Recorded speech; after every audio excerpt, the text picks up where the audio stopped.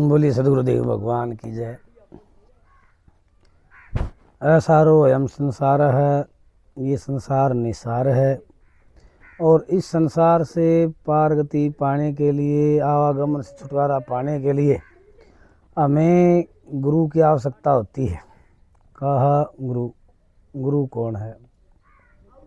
त्याग करने वाला, सन्मार्ग पर जाने वाला, सरल उपदेश देने वाला, निर्मोही और सबके कल्याण की कामना रखने वाला, सर्वे भवन्तु सुखिनः सर्वे सन्तु निरामया सर्वे भद्राणि पश्यन्तु मा कश्चित् दुःख भाग् भवेत्। एतादृशी भावना जिस व्यक्ति के अंदर विराजमान है वो व्यक्ति जो परमात्मा का पथिक है और सारे जगत के कल्याण की जो कामना करता है वही व्यक्ति गुरु बनाने योग्य होता है। अब हम गुरु को पहचाने कैसे, जाने कैसे? इस दुनिया के अंदर ऐसी चकाचौंध है, ऐसा भरमार है, हर व्यक्ति कोई न कोई कुछ न कुछ रूप धारण करके हमारे सामने बड़े बड़े नाटक करने वाला है। परंतु मन से एकम, वच से एकम, क्रम से एकम आत्मानाम, मन सन्नत क्रम सन्नत, ऐसा जो व्यवहार है ये खला नाम दुष्टों का है। जो मन वाणी और कर्म से एक रहते हैं वो सज्जन होते हैं और जो मन वाणी और कर्म में भिन्न भिन्न होते हैं वो खल होते हैं, दुष्ट होते हैं।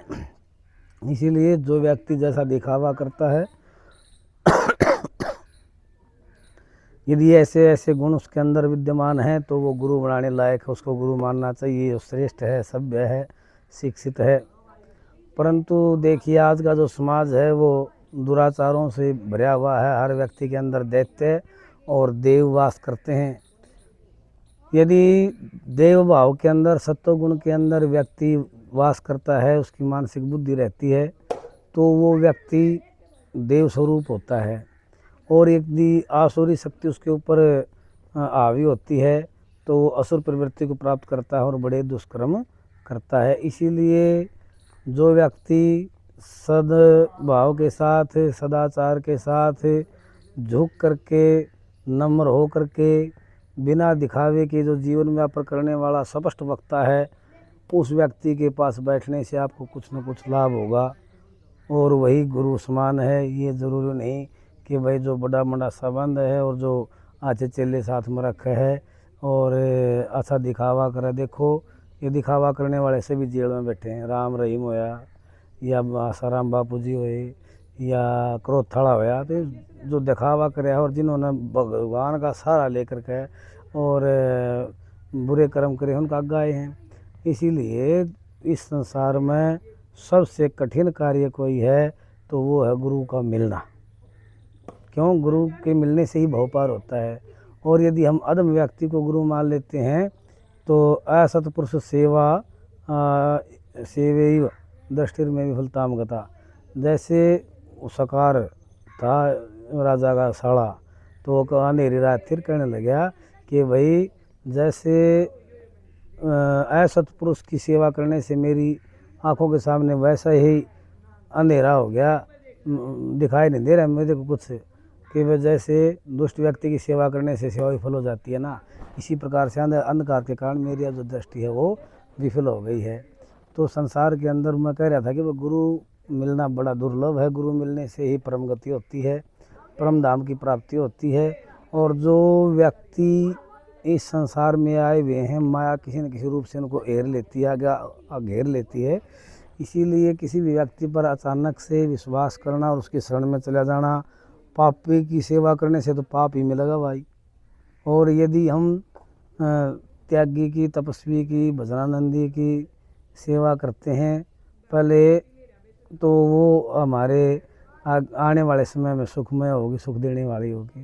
पहले जांचें, समझें उसके जीवन का व्यवहार क्या है, उसका आचरण क्या है, वो कहाँ रहता है, किस समय रहता है, इसके बारे में ज्ञान जरूरी होना चाहिए जब हम किसी को गुरु बनाएं।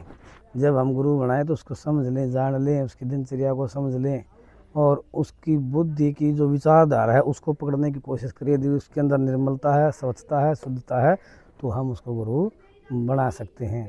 देखिए ये जो संसार है, इस संसार के अंदर लाखों करोड़ों असंख्य जीव कोई जड़ के रूप में, कोई जलज के रूप में, कोई थलचर के रूप में, कोई नवचर के रूप में हमारे सामने प्रस्तुत हैं।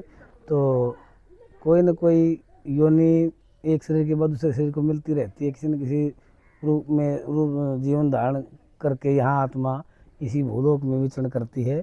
इसीलिए आने वाले जीवन को सुखमय बनाने के लिए, कष्टों के निवारण के लिए धर्म को अपनाएं, धर्म को अपनाएं और धर्म के अनुरूप व्यवहार करें। जैसा हम हमारे घर के अंदर माहौल देंगे, जैसी हम शिक्षा देंगे, जैसा हम आचरण करेंगे, वैसा वैसा आचरण हमारे बच्चे करेंगे और वही शिक्षा ग्रहण करेंगे और वही अमिट छाप उनके मस्तिष्क के ऊपर जब तक मृत्यु नहीं आएगी तब तक उनके दिमाग में बनी रहेगी कि वह मेरे पिताजी शराब पीने वाले थे, तो मैंने घर में कभी शांति को नहीं देखा, सुख को नहीं देखा, मेरे घर में कभी मैंने बरकत को नहीं देखा।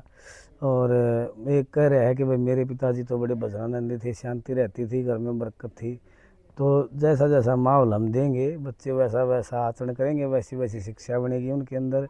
और वो कोरा बर्तन है एक बच्चा, उसके अंदर जो चीज़ हम डाल देंगे आजीवन उसी चीज़ का बर्तावा करेगा। अपने बच्चों के पास बैठ कर कभी चुगली न करें, किसी की बुराई न करें, किसी की निंदा न करें। क्यों? जब हम हमारे बच्चों के सामने जैसा व्यवहार करते हैं तो वैसे वैसे गुण उनके अंदर पनपने आरंभ हो जाते हैं। इसीलिए हमारे बच्चों को शुद्ध सबस निर्मल भाव से युक्त माहौल दें, अच्छी शिक्षा दें और अपने गुरु द्वारा दत्त मंत्र का आप जाप करें, सुमरण करें, भजन करें, कीर्तन करें। जो भी आपका गुरु जी है, जहाँ भी जिस भी अवस्था में है, सदैव उनके प्रति आपका जो भाव है, आपका जो प्रेम है, स्वच्छ निर्मल निष्पाप होना चाहिए हर घड़ी।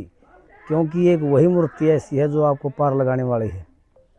यदि आप उसके प्रति ईमानदार हैं तो आपके शरीर के अंदर, आपके मन के अंदर, आपके इंद्रिय के अंदर कभी भी किसी भी अवस्था में विकार उत्पन्न नहीं होगा, यदि आप अपने गुरु के प्रति ईमानदार हैं तो। देखिए, ये संसार ऐसा ही है और ऐसा ही चलता आया है। आप किसी भी युग का इतिहास उठाएं, किसी भी ग्रंथ को पढ़ें, किसी भी कहानी को पढ़ें, उसके अंदर एक विलेन है और एक एक्टर है। तो आरंभ से लेकर के यहाँ तक, आदिकाल से लेकर के यहाँ तक पाप और पुण्य का, धर्म है धर्म का, वीर मर्द का, आकाश पाताल का और जल का और वायु का संबंध रहा है। पुरुष और स्त्री का सदैव मेल रहा है। इसीलिए ये तो ऐसे ही चले और ऐसे ही चलता जाएगा। तो आप लोग अपने मन में जो भक्ति मार्ग के हैं, जो पथिक हैं परमात्मा के मार्ग के, उनके लिए मेरा उद्देश्य है कि वो अपने मन के अंदर शांति बनाए, इंद्रियों का निग्रहण करे, इंद्रियों को अपने बस में करे, जितेंद्रिय बने और अपने गुरु के बताए पथ पर हमेशा चलते रहें। बोले सद्गुरुदेव भगवान की जय।